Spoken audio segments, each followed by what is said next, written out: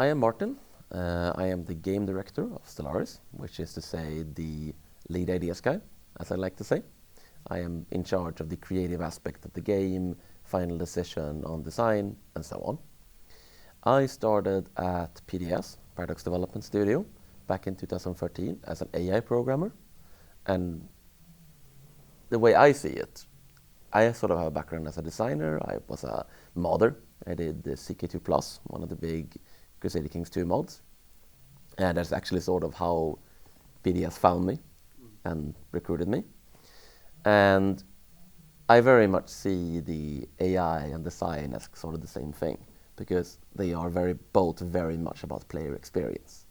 Ultimately, a game AI exists to give the player an experience. But there will be another talk here about that.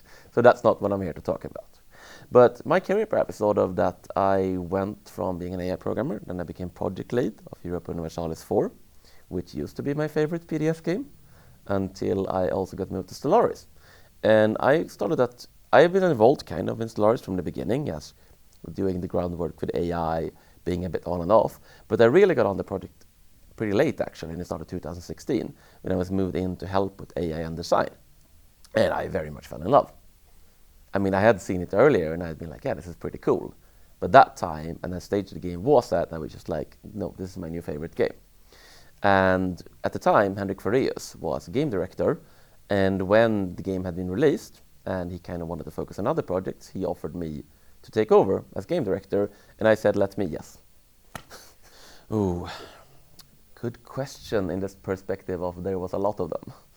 Not like, hugely so, but I think I'll put it like this.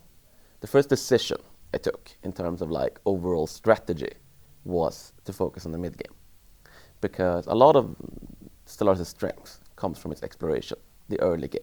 It's what everyone loved. The endgame as well was strong with the endgame crisis, that we have these extra galactic and extra dimensional invasions that shake up the endgame. But the mid-game suffered a little bit as a result of the focus on the early and the late. And so when I came in, I made a decision that everything we design, everything we think about, we should at least have as a sort of pillar, how does this add to the mid-game? Doesn't mean every decision had to add to the mid-game. We fixed an interface bug, how does it add to the mid-game? But more, we should always keep it in mind, because it is the part of the game we really need to build on. And so, yeah, and 1 year later, I very much feel we have gotten there. We have made the mid-game as strong as the other parts, and there's always more to do. I think it's sort of time to focus on the late game again, expand the game, and so on. But I am very happy with where we are now. Yeah, as we call it, it's a long tail. I mean, we do our games in general like this, PDS games. We do a lot of expansions, a lot of post-release support. The thing about Stellaris that's so exciting for me, and that is different from our other games, is the way we can build on it. Because in the other games, you've Europa Universalis 4 and Crusader Kings 2 and so on, you have the historical context. And you can't go too far outside the context. You can play with it, you can bend it, you can be like, oh, this time the Ottomans invented the Renaissance or so on. That's fine. What you can't do, if you want to stay in that context, is say, okay, and the Earth is hollow. And you can go down there and fight the Mole Man. In Stellaris, we can totally fight the Mole Man. There is no problem. It's sci-fi. Nothing is defined. We can say, well, you're playing in one galaxy, but you don't think that's enough. We'll add a second galaxy you can unlock later. We can add another dimension you go into. We can add completely different ways to play. We could add it, instead of playing as an empire, you play as, a brain parasite and go in and take over other empires and their populations. We can add playing as a robot, like a rebelling AI, where you start as this like Skynet that has nuked all the organics and is now out for the rest of the organics. We can do basically anything. Oh yeah, I love sci-fi in general, and the way we actually take inspiration, the way we built the Stellaris setting is all of sci-fi. That was the guiding vision. We take whatever part of sci-fi we think is interesting and fits in, we change it, put our own spin on it and put it into the game, and we make it fit. And it's actually a really good way to sort of design a new sci-fi setting, because it gives players a lot of familiarity. They come from they've read Highline and they say, I see what you did there. I can be Starship Troopers. Or, they find the Zerg or the Tyranids, and they're like, I see what you did there. And they feel familiar in a way they wouldn't if we ourselves had invented everything, because Stellaris is a new universe. And at the same time, we're also building a setting out of this. Because the setting, of course, has its own rules. We're not just taking these parts and dropping them in unaltered. We also have making them constrained to Stellaris' own, universe rule. We have this concept of cycles. Empires rise and fall. And that's why when you come into the Empire, you find so many remnants of precursors to fallen empires. And it's always left a bit mysterious why everyone falls. You can find specific reasons why this empire fell, and this empire fell, and this empire fell, but ultimately, why do all of them fall? Good question. Maybe we'll answer it someday. I will give you an example of something we just added, actually. So with the last update, we named them the sci-fi authors. In the last update, we actually called the Adams update, after Douglas Adams.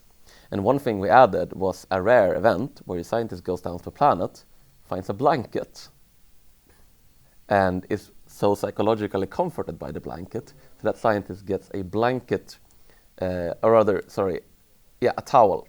Not a blanket, sorry, a towel, of course. A towel bearer trait, because he carries the towel around everywhere, and as a Hoopy Frood, he is now much less likely to fail anomalies because of the psychologically comforting impact of the towel. And that was actually just us deciding, okay, we're going to name it after Douglas Adams. And then I went up to my content designers, the people who make the writing and the anomalies, and I said, I want a towel anomaly. That was just the direction. And then he made that. That's great. Yeah, and I love having these little rare things that is like, maybe you'll encounter it 1 out of 50 games, but someone will encounter it, post a screenshot, and be like, oh wow, that's in the game. Okay, so I played 4X. Actually, ironically enough, my first one was Master of Orion 2. The one that's spoken of as the standard. And because I was this, how old was I? Maybe 10, 11. And my family was in Italy. And I went into this, PC game store back when they still had these big PC boxes. And I saw this one, and it was in Italian. I couldn't read it, but the screenshots looks really interesting. So I was like, hey, can I buy this? Mom was like, can I buy this? Fine. So I come back home from Italy with this box of Master of Orion 2. I open it. Of course, the manual is in Italian. I can't read it at all. But the game, fortunately, is in English. So I start playing it, and damn, I am incredibly stuck. And from there, I went on. I played a lot of game. I didn't play the first Imperium Galactica, but did play the second one of it. I played a lot of So Did the Stars. Really love that game. I played a lot of Space Empires. I played a bunch of... I went back and played the first Master of Orion. I very briefly tried playing the third Master of Orion. Interesting, but not really my thing. And more modern, I've been playing Endless Space. Generally, it's like 4X has never probably been my single biggest focus, but it's been this thing that's sort of been with me the entire time, and I'm very happy anytime I find a new 4X game that I really like. Yeah, I played it a bunch. It's a good, I would say, it's a very good iteration on Master of Orion. It's my only problem is that, again, it's Master of Orion. I mean, it's nice, it's comfortable, it's safe, it's a good game. But what I feel with Stellaris and what I feel we achieved is to sort of reinvent the genre of it, add new dimensions. Because when we set out to make Stellaris, as great a game as Master of Orion 2 is, we didn't just want to make Master of Orion 2. We wanted to sort of push the boundaries of the genre. We wanted to add the exploration as the single biggest focus of the game. And I really feel we succeeded with that. I completely agree with that. Well, like I said, I play the Master of Orion from time to time and very much enjoy it. So don't take this as being down on the game in any shape or form. I like it. But it's a different thing from Stellaris. Yeah, I actually wrote quite a bit of it. But here's the sort of funny thing. Because the feedback you get in AI is either this is pretty good or everything is broken. And we also get the everything is broken feedback. Because the thing about AI is, what I said at the start, is that it's all about the user experience.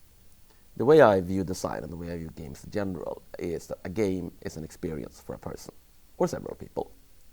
and that is the core of what it is. If you have the world's most intricate system that works amazingly and is a technical marvel, and nobody is playing it, nobody is enjoying it, it is meaningless. The only thing that matters is what people experience, the player's experience. And this is the same with AI. When you're making AI for a game like this, you're not trying to make the perfect thinking AI that's going to be like ideal at beating people. Because there is definitely, in some kinds of games like fighting games, you can actually very easily make AI that is completely undefeatable. But what's the fun in that? Rather, it's about providing a challenge to the player, providing context and an enjoyment for the player. We have a little bit of a saying in the AI team in PDS. The perfect AI is one where the player always wins, but always feels like they could have lost. I feel good. It's like, I very much enjoy this part of my job. As a game director, it's kind of, I call it lead ideas guy, but it's actually like half creative, design, visionary perspective, and the other half is being the face of the game, talking to people, representing it. And I enjoy that a lot. I like being surrounded by fans. I like talking to people. I like getting to share my vision for the future of the game, getting to chat with the people who enjoy our games, because again, for me, game design is all about building an experience, and it's very rewarding to actually be able to interact with the people who have that experience. I don't think I would enjoy making games nearly as much if I didn't get to interact with our fans. Okay, everything is in hypotheticals now, just to be clear. But Utopia, as an expansion and the update, we're very focused on like empire customization, role-playing, internal politics, sort of the makeup of your empire and the stories told inside your empire. I think we're going to do something similar with war and diplomacy, where we go in and we deepen these things. We add more things from sci-fi because, we don't have any planet destroyers. I definitely think planet destroyers are coming at some point of another. I want a galactic UN sort of deal, a galactic community, more of a sense of unfolding stories there in the diplomacy as well. I would like to put more effort into federations. So, without going too much into specifics, in no specific order, and also in those, I'm not saying this is going to be next year or this year or anything, but I think sooner or later you can expect those two parts of the game to get the same treatment as we did with Utopia. Oh, that will depend on your species. Of course. It may be, it could be roundish, possibly, but it doesn't have to be. You can have a plantoid one, be a giant flower. Just envelop the planet and crush it.